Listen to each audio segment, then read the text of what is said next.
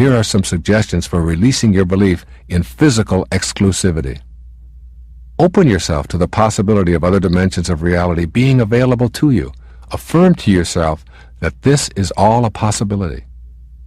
Very few people believed in the existence of microscopic life before the invention of the microscope. There were zillions of tiny creatures swimming around in their own pool of reality, independent of anyone's opinion about them. They exist now in your skin, your eyes, your fingernails, and your hair. All of those things that you sense to be solid are alive with invisible activity. Apply the same awareness to this notion. You can't see it, but you are an energy body and a physical body. Your double would like to introduce itself to you. Our education emphasizes believing in sensory experiences. Such experiences seem to tell us that we are separate, unique, special, and disconnected from each other. Very few of us learn that there is some kind of unity. The truth is that everything is linked, including you, to all other beings. Discard the belief that you are separate from everyone else. You will acquire a reverence for everyone that will turn into love. When we lose our sense of us versus them and know that we are all us, then we have a win-win relationship with life. Practice letting go of your ego's need to be separate from others. Begin viewing yourself as a member of the human family called us. Share your toys with others, especially neighbors and even strangers, as if they were a part of your family. As the English proverb says, the hand that gives, gathers. Treat everyone as if they are part of the tribe you love belonging to. Don't mentally note their differences. Carry an inner determination to see others as just as much a part of you on a spiritual level as is your child or your spouse. Create an affirmation expressing the idea that you are my brother, my sister. You are a part of my us. There are no more thems in my life. You have been taught that there are some bad people in the world who are best ignored. I'm suggesting the contrary. Everyone who comes into your life in any capacity is valuable.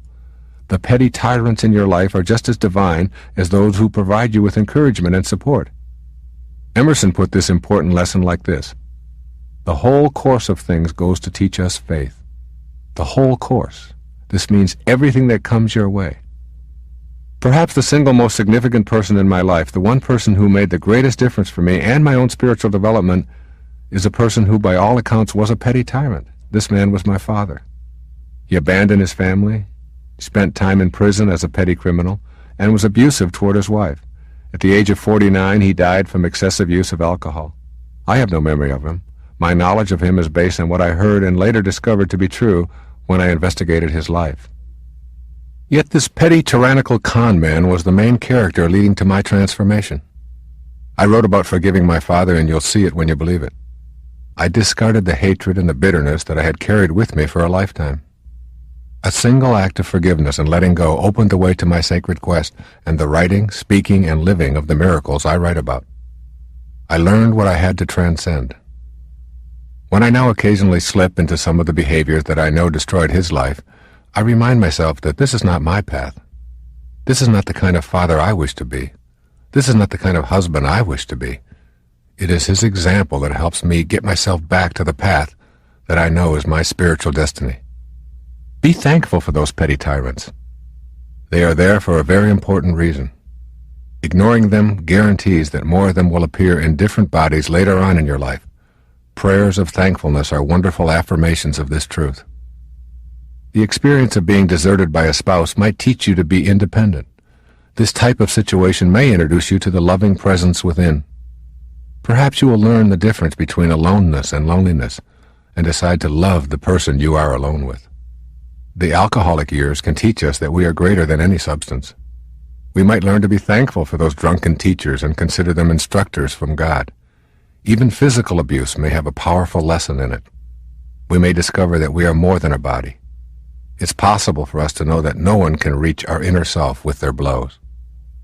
Make a list of all the people you have written out of your life as evil or scumbags. Write down everything that their presence taught you. Have you learned to not repeat victim behaviors?